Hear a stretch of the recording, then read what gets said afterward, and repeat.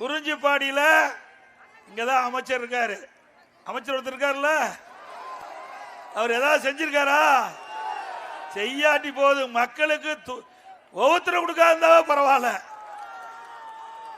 இங்க இருக்கின்ற அமைச்சர் வேளாண்மை துறை அமைச்சராக இருக்கார்.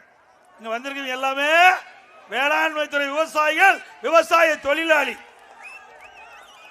இந்த வேளாண்மை துறை அமைச்சர் இந்த மாவட்டத்தை சேர்ந்தவர், இந்த தொகுதியை சேர்ந்தவர். ஏதாவது இந்த மக்களுக்கு செஞ்சிருக்காரா? அவரு திமுக தலைவர் சொன்ன மாதிரி வேளாண் பட்ஜெட்னு ஒண்ணு போடுறாரு. இந்த மக்களை தான் ஏமாத்துறான்னு பார்த்தா ஒட்டுமொத்த விவசாயிகளையும் இந்த அமைச்சர் ஏமாத்திட்டு இருக்கார். நீங்க பாத்தீங்கன்னா வேளாண்மை துறை அதுக்குன்னு ஒரு தனி பட்ஜெட்.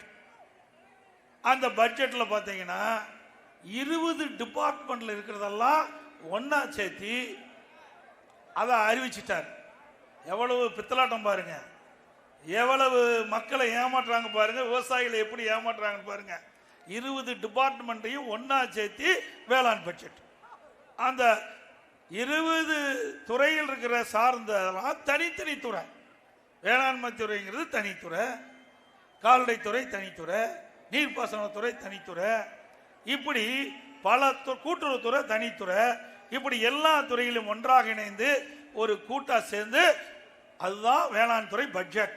அதுல எல்லா துறையும் சேர்ந்த நிதியெல்லாம் ஒன்னா சேர்த்தி வேளாண்மை துறையில பார்த்தா ஆயிரக்கணக்கான கோடி அதுக்கு ஒதுக்கப்பட்டதா ஒரு பொய்யான தோற்றத்தை உருவாக்கி சட்டமன்றத்தில் 2 மணி நேரம் மூச்சு வாங்க பேசி கடைசியில் ஒன்றும் காணோம். 4 வருஷமா பட்ஜெட் போட்டிருக்கிறார் திரு வேளாண்மை துறை அமைச்சர்களே. 4 ஆண்டு காலமாக தொடர்ந்து வேளாண்மை பட்ஜெட் போட்டுக்கிறீங்க. அந்த வேளாண் பட்ஜெட்டை போட்டதுல என்ன திட்டத்தை கொண்டாந்து நிறைவேற்ற உன்னையாவது சொல்லு பார்க்கலாம். அத்தனையும் பொய், அத்தனையும் விவசாயிகளை ஏமாற்றுகின்ற அமைச்சர் இந்த தொகுதி சட்டமன்ற அமைச்சர்.